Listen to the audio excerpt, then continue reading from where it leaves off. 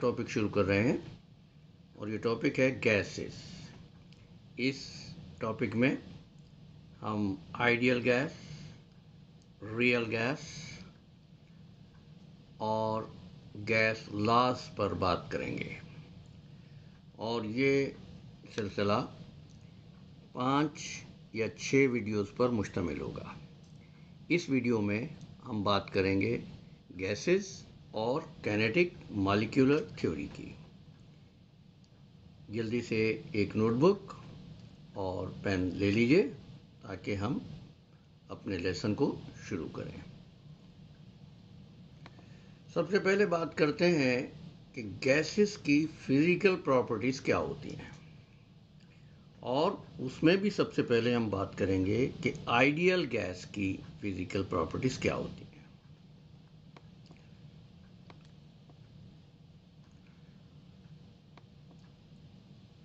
Ideal gas के particles की खसूसियात जो काइनेटिक मॉलिक्यूलर थ्योरी में बयान की गई हैं वो ये हैं।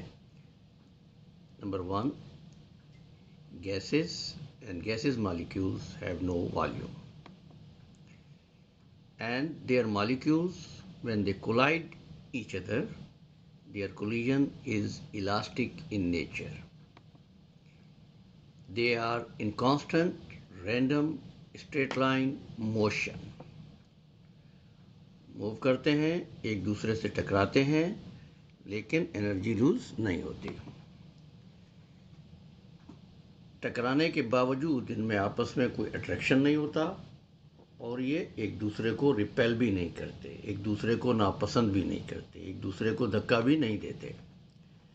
और गैस, आइडियल गैसेस की मॉलिक्यूल की एवरेज काइनेटिक एनर्जी जब मॉलिक्यूल मूव कर रहे होते हैं तो उनकी काइनेटिक एनर्जी केल्विन टेम्परेचर से बराह रास्त प्रोपोर्शनल होती है, यानी डिपेंड करती है कि वो गैसेस किस टेम्परेचर पे मौजूद है और किस टेम्परेचर पे, जो कि केल्विन स्केल में दिया जाता है, एक दूसरे से टकराते हैं और मूव करते हैं। और कैरेक्टरिस्टिक ऑफ रियल गैस क्या होते हैं? गैसेस किसी भी बर्तन में डाल दिए जाएं, वो पूरे बर्तन को फिल कर देते हैं। यही वजह है कि एक बड़ा अमाउंट गैसेस का एक छोटे से सिगरेट लाइटर में आप बंद कर सकते हैं और छोटी सी गैस का वॉल्यूम एक बड़े सिलेंडर में, they will occupy the whole space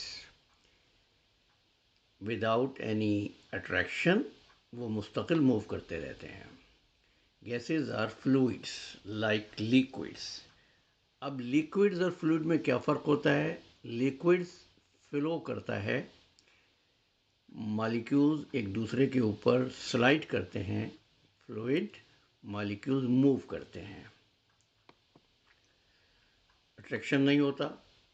और गैसेस की डेंसिटी बहुत लो होती है। क्यों? इसलिए कि गैसेस के मॉलिक्यूल के दरमियान में बहुत ज़्यादा फासला होता है।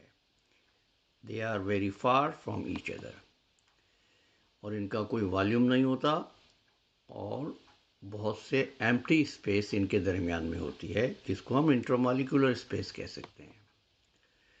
अब आप देखिए लेफ्ट वाली पिक्चर में सॉलिड के मॉलिक्यूल दिखाए गए हैं। आप देखिए वो क्लोजली पैक्ड हैं। दरमियान वाली पिक्चर में लिक्विड के मॉलिक्यूल हैं, वो भी मूव कर रहे हैं but they are sliding on each other. और राइट वाली पिक्चर में आप देखते हैं गैसेस मॉलिक्यूल्स हैं जो एक दूसरे से बहुत दूर दूर मौजूद हैं। गैसेस कैन बी कंप्रेस्ड, आप इसे दबा सकते हैं, आप उसको छोटे से कंटेनर में बंद कर सकते हैं। सॉलिड को आप कंप्रेस नहीं कर सकते, लिक्विड को कंप्रेस नहीं कर सकते। और गैसेस में 2 प्रोसेस काम करते हैं, एक को डिफ्यूजन कहते हैं और एक को इफ्यूजन कहते हैं। डिफ्यूजन हायर कंसंट्रेशन से लोअर कंसंट्रेशन की तरफ मॉलिक्यूल्स का मूव होना। इफ्यूजन इसका बिल्कुल ऑपोजिट होता है, किसी मिक्सचर से किसी गैस का अलग हो जाना। इस पर हम डिटेल में बाद में बात करेंगे। अब आप देखिए इसमें क्या हो रहा है, डिफ्यूजन कहाँ हो रहा है, इफ्यूजन कहाँ हो रहा है,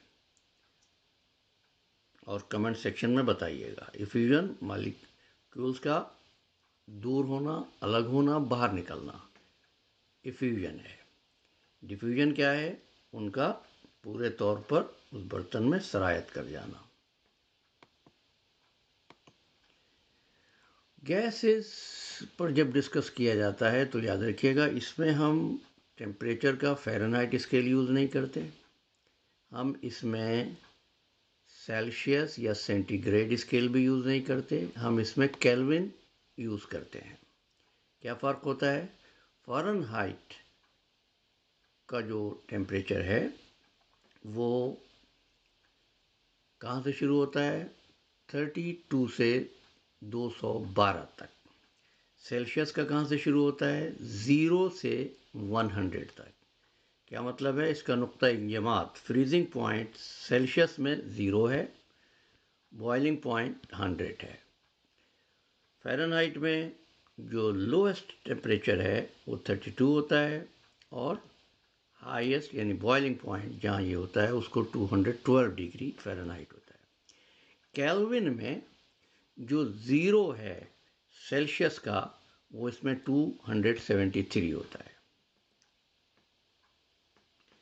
तो जब हम गैसेस के प्रॉब्लम सॉल्व करेंगे और हमें टेम्परेचर सेल्सियस का दिया हो तो हम इसमें 273 ऐड कर देते हैं ताकि केल्विन बन जाए।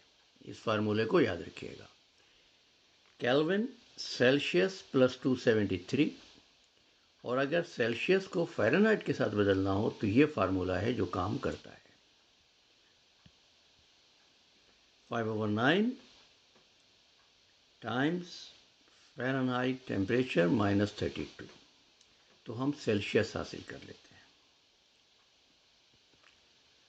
इसके बाद प्रेशर, ये एक वेरिएबल होता है। प्रेशर का फार्मूला है फोर्स ओवर एरिया। अब देखिए ये 3 किस्म के जो है आपके पास जूते नज़र आ रहे हैं, कौन सा है जिस पर प्रेशर ज़्यादा होगा। बहुत कॉमन सी बात है, कमेंट सेक्शन में बताइएगा, कोई सवाल हो तो पूछ भी लीजिएगा। Barometer, what is barometer? Barometer एक ऐसी डिवाइस होती है जिससे हम दबाव, प्रेशर को नापते हैं। इस तस्वीर में आप देख रहे हैं मरकरी का बैरोमीटर। इस प्याले में, इस कंटेनर में मरकरी है, और आप देखिए कि ये कहाँ तक जाता है, और ये यूनिट है प्रेशर का, एटमॉस्फेरिक प्रेशर, ATM। एक ATM 760 मिलीमीटर ऑफ मरकरी के बराबर होता है। ये तारा इसमें बुलंद हो रहा है। और अब आप देखिए इस पिक्चर में ये भी एक बैरोमीटर है, मगर ये मेटल ड्रम्स, चेन और लेवर्स का बना हुआ है। इसको कहते हैं एनीरॉयड बैरोमीटर। मैनोमीटर, अगर गैसेस एक मिक्सचर में हो, बहुत सी गैसेस मिली हों, उनका प्रेशर मेजर करना हो तो इसको कहते हैं मैनोमीटर। और एक और किस्म का गेज है हमारे पास जिसको कहते हैं बोर्डन ट्यूब गेज।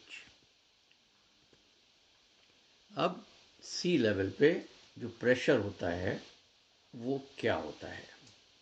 पहली बात, प्रेशर हमने पहले बताया फोर्स पर एरिया।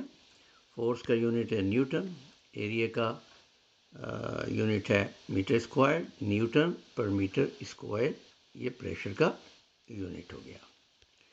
और जब हम गैसेस के प्रॉब्लम सॉल्व करेंगे तो हमारे पास ये चीज़ें होंगी जो हम यूज़ करेंगे। अगर हम किलो पैस्कल में यूज़ कर रहे हैं तो प्रेशर होगा 101.325, और ये प्रेशर बराबर होगा 1 ATM के। अगर हम मरकरी के प्रेशर को यूज़ कर रहे हैं तो ये होगा 760 मिलीमीटर ऑफ मरकरी ये बराबर होगा एक एटमॉस्फेरिक प्रेशर के। अगर हम टोर यूनिट यूज़ कर रहे हैं तो वो प्रेशर यूनिट भी ऐसा ही होता है जैसे मरकरी का 760। और इसके बाद तीसरा यूनिट है 14.7 psi। ये यूनिट्स हैं प्रेशर के जो हम यूज़ करेंगे। फिर एक मरतबा समझ लेते हैं। टेम्परेचर हमेशा केल्विन में, pressure atmospheric pressure millimetre of mercury, torr और किलोपास्कल। STP क्या होता है? Standard temperature pressure. एक गैस के बारे में आपको ना बताया जाए बल्कि ये कहा जाए कि इसका टेम्परेचर और प्रेशर स्टैंडर्ड है तो क्या होगा। स्टैंडर्ड टेम्परेचर किसी भी गैस का सेल्सियस में 0 डिग्री सेल्सियस होता है, लेकिन हम केल्विन यूज़ करते हैं, लिहाजा इसके अंदर 273 ऐड कर देते हैं तो ये 273 केल्विन आ जाता है। और स्टैंडर्ड प्रेशर 1 atm होता है जो बराबर होता है 101.325 के, या 1 atm बराबर होता है 760 टोर के। ये वैल्यू आपको याद होंगी तो आप एक दूसरे में कन्वर्ट कर सकते हैं। स्टैंडर्ड वॉल्यूम क्या होता है? इससे पहले कि हम ये लास्ट शुरू करें, लास्ट चीज़ जो आपको बताना चाहते हैं वो ये है कि 1 mole of any gas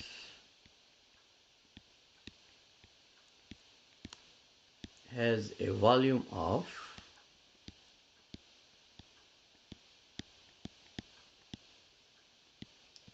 22.4 litres.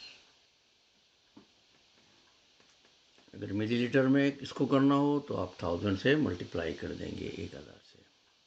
आज के लेसन में इतना ही। नेक्स्ट लेसन में हम बात करेंगे बॉयल्स लॉ और चार्ल्स लॉ की।